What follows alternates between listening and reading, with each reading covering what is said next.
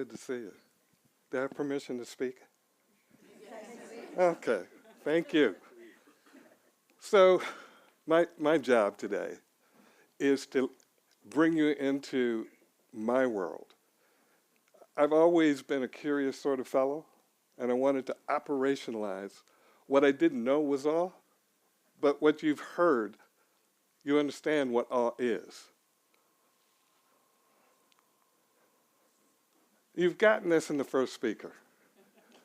And that's the science, okay? I'm a clinician, but I'm also a healer. And so I took my healing part of myself, and I wanted to operationalize this scientific piece and show and demonstrate how it could work. And so I'm a knucklehead and I'm a hardhead. So I went into the worst prison in the United States, myself and my colleagues. And we brought the rites of passage, which is an older way of the community members introducing young people into the community through an arduous process of understanding what their gift, their uniqueness was, so that they could contribute that to the community. Quite practical. I don't want to talk at you necessarily right now. I want you to take this journey with me. So if you will indulge me, would you stand up? Because as you can see, awe is an alchemic process that occurs at the cellular level. And I'd like to get that going in each of us so we're walking this journey together. So if you close your eyes are one of the most prolific of the five senses. And now you can look inward. And just breathe. And get a sense of where you are in space and time. Good. I'm going to do something that's been done since the early beginning of time. And that's the call and the response. I'm going to call to you an African word, Simbawe. Simba means lion. Bawe is the way. So it's the way the lion, the lioness is, the way the lion and lioness be. And as you know, the lioness and the lion are queen and king of the jungle. So just breathe from your navel. You are going to respond back to me, shoo. Let's try that one time. Shoo. Okay, that's a bit weak. Come on, Woodlanders. One more time. Shoo. Okay. So wait for my call and then give me a response.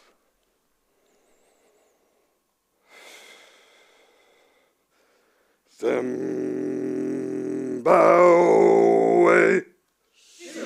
Well, let's get it. I can't feel you.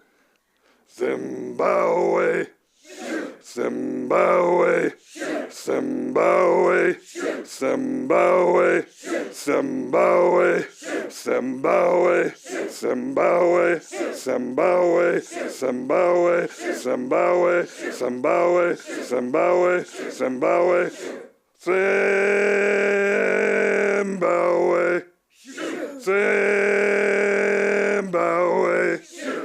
Zimbabwe. I just feel that. And when you're ready, open your eyes and look to the person to the left and the right and see if there's any difference in the way you might be feeling in this moment. Good. Have a seat. And now that I got you, can you give me your PIN numbers? So my work took me all over the world. South America, the jungle, the bush in Africa, reservations in North America and Canada. And I went through several initiatory processes because I wanted to know what my usefulness to the world was. I wanted to know what my gift was. And the elders call that medicine.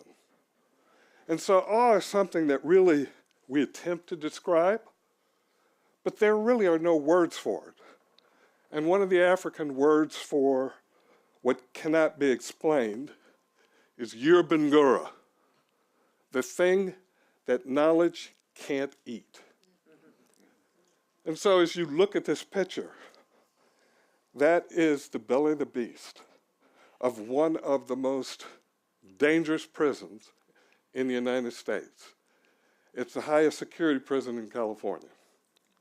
And there was a terrific riot in 1996. And one of the convicts who had been reading about indigenous rites of passage in the hero's journey, he said, we can't operate in this tribalistic way of killing each other over values and beliefs that really don't hold water. So he started walking the yard and calling the shot callers, the heads of all these organizations, into the chapel to sit in a circle. Jean-Paul Sartre called the circle the most democratic process there is. Everyone is equal distance from the center. Everyone can see everyone else, and you can see the state of who that was. That was important in olden times, because if your best hunter wasn't feeling well, you could see that. And everyone in the community, they took their medicine and said, what can I do to get you whole again so that you can do your job and bringing in the food? Well, that's what we do here.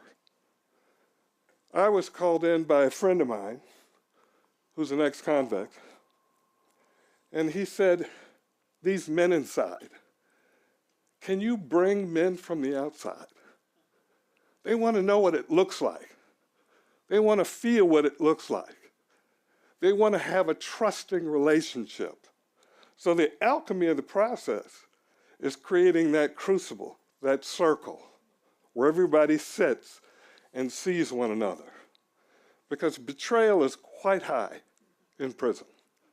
These men are very well at betraying because they learned that because everyone in their life that they trusted betrayed them. And prison, I don't know if anybody has been locked up, but I can tell you firsthand, it is a horrible place to be.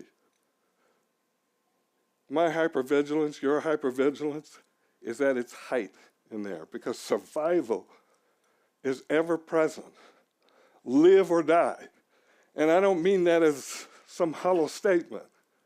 It's live or die, not even when you're in your cell, because sometimes your cellmate may be contracted to kill you. So it's always a state of high alert. So you can imagine how people treat one another. I don't want that. I didn't want that for myself when I was growing up. I couldn't understand why people treated each other the way they treated each other. And I found myself doing the same thing. And the circle process, the alchemy that happens internally at the cellular level, is the catalyst for all of these different traits that you heard of. Chemicals are released.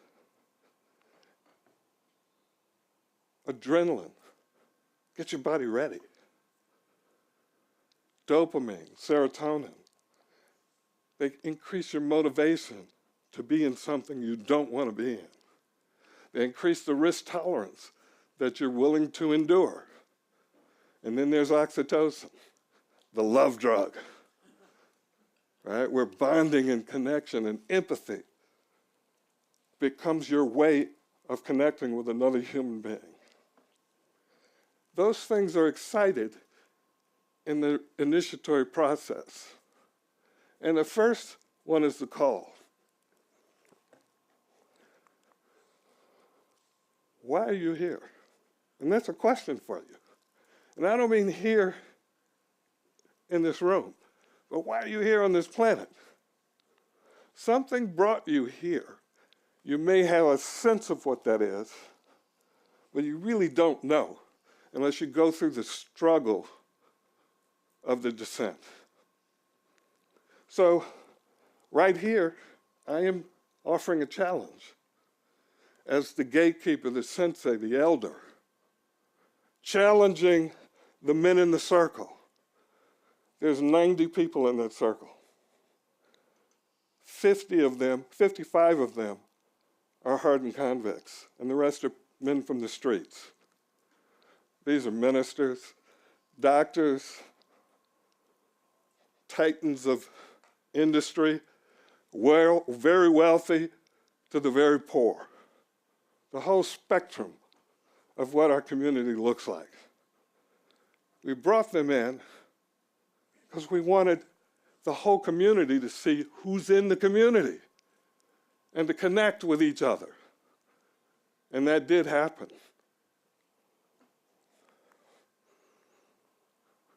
There's a reverence to this process. You may have felt it after you did the colon response. Something may have settled in your body.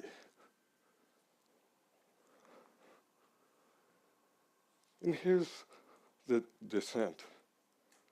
There's a stripping away of the strategies that you yourself have brought in this room that keep you safe, that keep each one of us from seeing, feeling, and being transparent with each other. Because sometime in the past, there has been some trauma that you've had to endure because you were seen.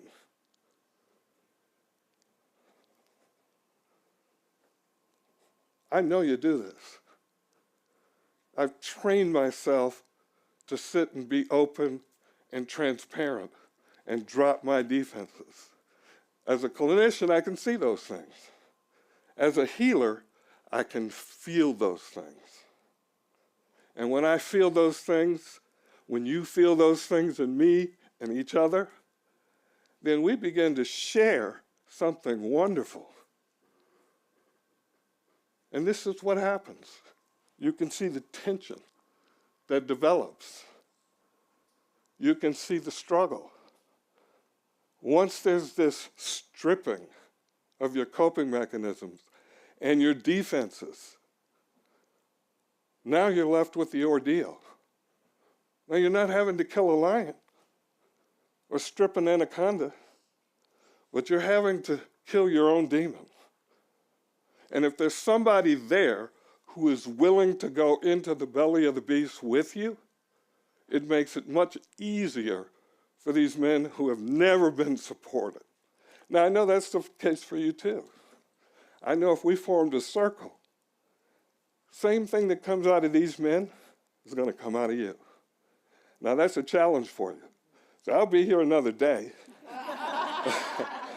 And if you want to do a circle tonight, I'm willing to do that. Right. Or this afternoon or whatever, okay? Because I want you to feel it. I don't want you to just put it in your head and say, that's a nice idea. We got to change this world. The polarization, the tribalization that has occurred over the last few years is dangerous. It's unhealthy, and it's not going to move us forward. It's going to create some kind of tension that escalates into chaos. So I'm throwing a challenge to you. There's a struggle. Now you look at these men. They've sworn enemies before they walked in this room. Each of them had contracts, hits to kill one another. And they're helping each other struggle through the trauma that they piled on themselves and kept them at distance from their own uniqueness, their gift to give and share. But this is what happens when they get through that process. They recognize their medicine. They recognize there's nothing different between you and I except our personalities. And that's not really threatening, is it? Look at his face.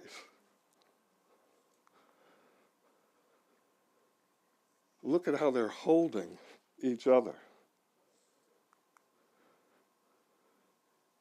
This is the challenge. he's being supported by men in that challenge. And he doesn't want to go there, but he does. I don't want to go there, but I do. And this is a result, the ascension. You've gone through the ordeal. You've stripped yourself. You've found out what is it inside you that has helped you get to this place of recognition, of celebration, of reclaiming. And there are men there and people there to help you do that. This is what it looks like at the end. And so the alchemy of awe creates and catalyzes all the chemicals that are needed in the body. The alchemists of old, they used to take base metals, combine them with mercurial volatile metals, and put them in a crucible and add heat.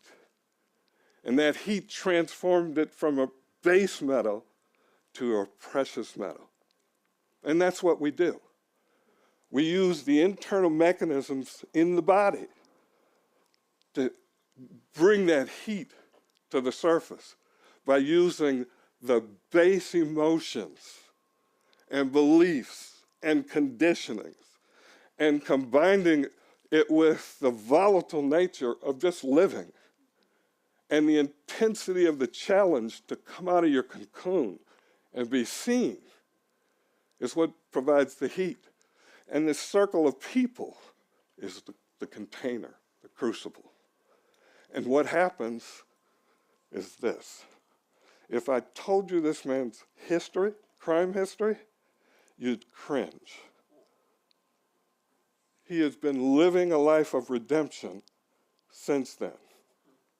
And the only way to do that is to get beyond the mental blocks, the mental strategies, the mental,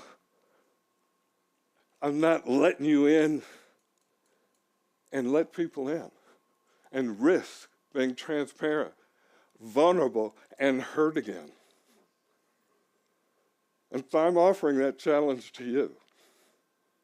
Are you willing to do that in some form or fashion? If you are, raise your hand. This is what's called accountability. Okay? Some of you know each other, so you raise your hand. In a week said, what have you done? And that's how our community becomes accountable to each other. Responsible, aware of your medicine, responsible to the use of that medicine and the misuse of it. And the accountability when there's an opportunity and you don't take it.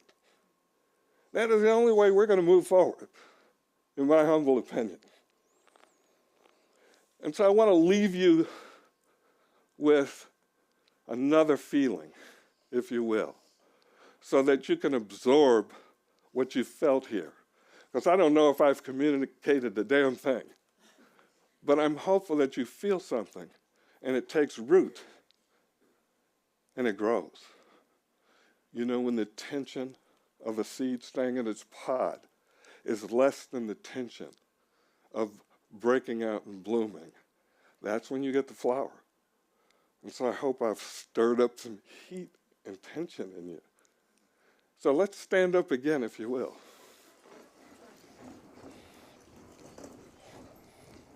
And let's test out this power to heal. So close your eyes. This is not an AA meeting, so you don't have to, to claim your woundedness, but claim it inside of yourself. What is it that's special about who you are? If you're a doctor, you're not just a doctor, you're a healer. If you're a teacher, you're not just imparting information, you're connecting with what your student doesn't know, that you can supply them with a vehicle to get to that place of knowing. You all have uniqueness. You all have medicine. And just breathe into that and see if you can discover it. And I'm going to call out to you again a call and response. But this time, it's more in the line of a child's melody. And I'm going to say, I go, call, and you're going to answer, I may. I go. Come on now. I'm going to have to feel you. I'm going up and stand next to you if you need that. Go. Amen. Yes, my brothers and sisters. Go. Go. Go. Go. Go. Go.